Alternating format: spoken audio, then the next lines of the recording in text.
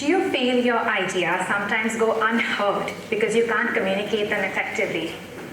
Do you sometimes feel that your family doesn't understand your perspective? What about conflict resolution? Do you feel you have a hard time getting to the root of a problem? Do you want the advice to be simple, easy, and useful to help you turn these moments into struggles into winning moments? What if I tell you that the secret lies in children's picture books? Hi, I'm Priyanka Agarwal Mehta, and I'm the author and founder of a children's publishing house. We write books for 0 to 6-year-olds focused on the themes of empathy, problem solving, and communication, skills I consider key to a successful and happy life.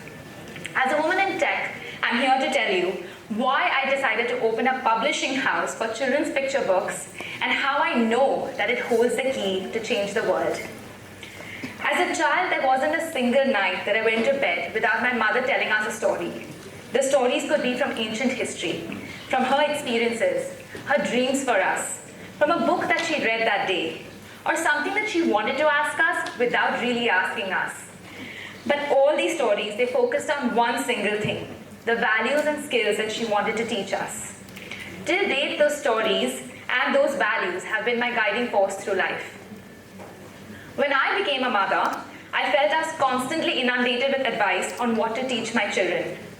Teach her how to code, teach her self-defense, enroll her in a math class. She must learn how to play the piano. The list was endless. I was overwhelmed. I had no idea how to choose from these options. So I sat down to write the 3 things that I wanted to teach my kids. Surprise, surprise. The 3 things I wanted to teach them were the values that I consider the most important for a happy and successful life. These were also incidentally the same values that I used to hire, the same values that I used to induct my team members, and the same values that I use for decision making. I looked for ways to teach it to my kids, but while there was a lot of research and literature, it was too complicated to explain to a child. Someone once said if I had more time, I would have written a shorter letter, and that is what goes into writing a children's picture book. Taking the time to write a short, simple story that engages our tiniest readers and opens up their world to possibilities. As a lifelong author, I began to write picture books for my children myself. This was not a career choice. At this point, I simply wrote for my kids, gave away the books as return presents, or to that one-off guest who would come to our house. One day I was sitting in the office of a physiotherapist, and she recommended a few books to me to help my child express herself. I couldn't believe my ears. I asked her to repeat herself. It turned out she was recommending my books to me. I didn't even know how she got hold of them. They were not for sale. Someone had gifted her daughter the books. In 2021, after schools, learning specialists, and parents started requesting copies of the books, I launched a children's publishing house with the intent to publish picture books on empathy, problem solving, and communication. Coming off the global pandemic, we also realized that while we were teaching empathy through our books, children may not get enough occasions to actually practice empathy in their community. So we decided to start an extra book project for our young readers in India, where they could opt to receive an extra book from us and pass it to a government school, a library, a teacher, or simply to a friend. But it allowed them to own a duplicate copy of an asset they owned for the simple purpose of passing it on, and in turn thinking about the community and their role in it. Children's picture books, if written purposefully, will have the following elements: a theme, a compelling takeaway, a relatable setting, illustrations that hold your attention, no judgment, and a short duration. I'll take one of our stories for example. It's a story about a young girl, Samara, and her friend Alphabet the elephant. Samara can't decide what she wants to be when she grows up, so she decides to be a magician, so she can be someone new every day. For her first magic trick, Alphabet the elephant wants her to turn him blue in color. But no matter what the 2 friends try, they just cannot succeed. At the end, Samara gives up, and she asks Alphabet, "Why do you want to turn blue in color?" And he replies, "Because I just want to be different." It teaches kids 3 things about problem solving. 1, finding creative solutions through trial and error. 2, to think how long a problem will actually stay solved for if they apply a certain solution. And 3, most importantly, it teaches them to stop and ask why. Why am I solving this problem? And is this really the problem I need to be solving? Children between the ages of 0 to 6 mostly read with their parents or a primary caregiver. Even if a parent never enjoyed reading, they make the effort to read with their child. Reading then becomes a language of love. The books become a way of not only spending quality time together, but also providing a safe space to talk about everything. Every parent wants to give infinitely more to their child than they had, but bogged by commute, loans, scheduling conflicts, sometimes they need a reminder that infinitely more means cleaner air to breathe, healthy food to eat, celebrating diversity of thoughts, being self-aware, inculcating healthy relationships. And this is where children's picture books come in. They provide the perfect prompts and clues for the child to discuss their own experiences, dreams, and values. Children's books also encourage both the parent and the child to mimic the behavior presented in the books. My older daughter can't wait to go scuba diving one day, but she read somewhere that the corals are turning white due to climate change. And now she's committed to not wasting paper, which means I can't be caught with a printout near her. I was the same as a child. I read a book that showed that littering would make it difficult for us to walk on the streets. And I would be the person to be yelling out of windows, don't spit over there, don't throw the trash on the road. I can promise you, even if my parents littered before, they never littered after. Let's for a minute think about some of the skills and values talked about in children's picture books. Empathy, communication, problem solving, courage, big feelings, routine, friendships. Aren't these the same values and skills that we as adults are struggling with? Empathy is a superpower. It gives you the power to read each other's minds. It is a foundation for every skill required for the future of work, whether it's emotional intelligence, leadership, active learning, creativity. While building companies, it helps you attract not only the right team, but also ensures collaboration and accountability.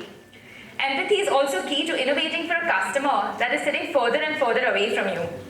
In the age of AI, empathy is also what keeps us indispensable as human beings. Communication, one of the most essential skills for a leader to get buy-ins from internal and external stakeholders. Also the most important skill to get buy-in from our own parents sometimes. Big feelings. Navigating your emotion leads to more self-awareness and clarity of goals. You'll never be confused by what your friend is doing and thinking I need to do the same thing. Friendships, cornerstone of seeking and developing relationships in both the personal and professional life. Courage. Growth at work means being uncomfortable again and again and again and understanding how to circumvent that. Routine. When should I sleep? When should I work out? When should I eat? Aren't we all trying to constantly figure out how to balance all of this? I could go on and on. I have this beautiful voice note from a parent where she shares how reading our book on empathy helped her 6-year-old understand for the first time that there are multiple perspectives, that her Mother's Day doesn't look like hers. Imagine having that insight when you're at odds with a life partner or a work colleague. At a book fair, an 8-year-old insisted on purchasing our book on learning difficulties.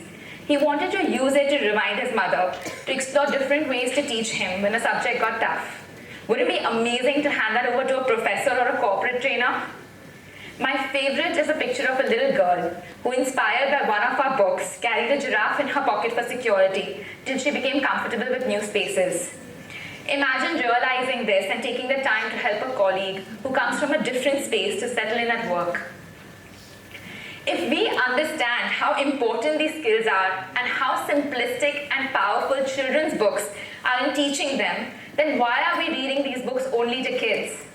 While for children, we actually need to create occasions for them to practice these skills, as adults, we have those occasions. We just need constant reminders to stay true to ourselves and true to our values. This was a personal realization for me too, when my alma mater, Northwestern University, invited me to run a global webinar using the children's books to teach the values of empathy, problem solving, and communication to adults. So today I'm here to ask you, why not lift this age embargo on children's books and make them available for adults? Why not put children's books up as art on our walls, gift them at graduation and weddings, use them to teach essential skills at universities and corporates? Why not just pick them up to read for ourselves? Why only wait for the next generation to benefit from this treasure trove of knowledge? Why not actually use them for the present generation to grow and succeed? Why not use children's books to save the world for everyone today? Radical, isn't it? But actually not so much. It wouldn't be the first time that we're taking something we found powerful for children and making it available for everybody. Take the concept of play in itself. Play was strictly for kids, to help them improve their physical movement, their cognitive, emotional, and social skills. Children use play to understand themselves and understand how to navigate the world around them. Play also helped them to explore relationships, and for the first time, they explored the concepts of cooperation and collaboration. These are all the skills you require at work too. Today, the concept of serious play is used in corporates abundantly to facilitate team building, design thinking, and prototyping. They do this by using the same tools that we used as kids: Lego bricks, theater. Children's books are not that different. We've already seen that skills we learn from them as children are the skills we need as adults.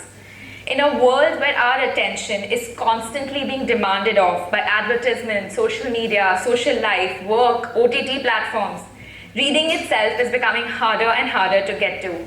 Children's books help make it easier to read, understand, and implement. Just like play for kids became serious play for adults, I recommend calling children's picture books quick awareness for adults. So to bring children's books into your life, I'll ask you to do 3 things. Number 1, write down a few of the values that were important to you as a child. Number 2, pick up a few children's books that resonate with those values and resonate with you and take them everywhere you go. Gift them to the important people in your life. Gift them to the new people in your life. Imagine giving them to a new boss or a new colleague as a way to connect with you. Frame them, put them up in your bathroom or in your home to remind you of what really matters to you. Number 3, as you go through the journey of life and you find a new value that you like, also go and find a children's book about it. And do the same things mentioned in the previous point till they become a part of who you are. I'm going to leave you with a small secret. I actually owned more than 100 children's books that traveled through cities and countries with me before I even had children. Today they still sit in my office and not in my children's room as a reminder to stay true to who I am. Of course, I allow my kids to borrow and read them, but on the condition that they will return it in hopefully mint condition. So now don't beat yourself up if you can't finish that 500-page book that you bought 2 months ago. Instead, opt for quick and repeated awareness and go pick up a children's book instead. Thank you.